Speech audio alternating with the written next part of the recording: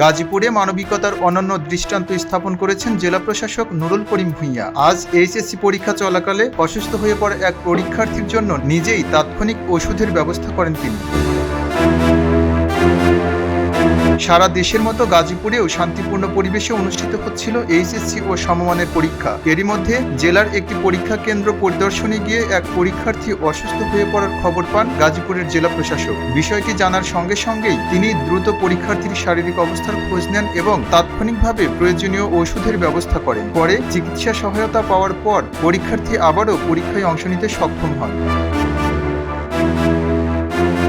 জেলা প্রশাসকের এমন মানবিক উদ্যোগে স্বস্তি প্রকাশ করেন পরীক্ষার্থী, অভিভাবক ও কেন্দ্রে দায়িত্বরত শিক্ষকরা। তারা বলেন, প্রশাসনের এমন আন্তরিকতা পরীক্ষার্থীদের মানসিকভাবে সাহস যোগায়। পরীক্ষা চলাকালীন সময় আমার মেয়ে অসুস্থ হয়ে পড়ে।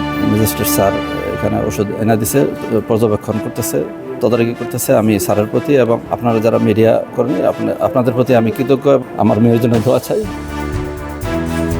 জেলা প্রশাসনের পক্ষ থেকেও জানানো হয়েছে, পরীক্ষা সুষ্ঠু ও নির্বিঘ্নভাবে সম্পন্ন করতে সব ধরনের প্রস্তুতি নেওয়া হয়েছে। কোনো পরীক্ষার্থী অসুস্থ হলে বা জরুরি পরিস্থিতি তৈরি হলে তাৎক্ষণিক সহায়তা দিতে প্রশাসন সার্বক্ষণিক প্রস্তুত রয়েছে।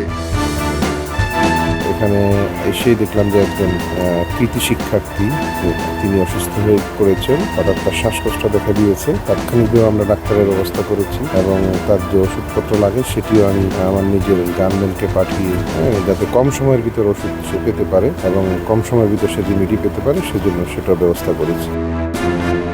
পরীক্ষা কেন্দ্রে জেলা প্রশাসকের একটি ছোট্ট সহায়তা ফিরিয়ে দিল এক পরীক্ষার্থীর আত্মবিশ্বাস। প্রশাসনের এমন উদ্যোগে তাই খুশি পরীক্ষার্থী ও অভিভাবকরা। পরীক্ষার দিনে গাজীপুরে আজ শুধু প্রশ্নের উত্তরই লেখা হয়নি, যেন লেখা হলো মানবিকতারও এক অনন্য উদাহরণ। খবরের কাগজ, নিখাদ, নির্ভীক, নিরপেক্ষ।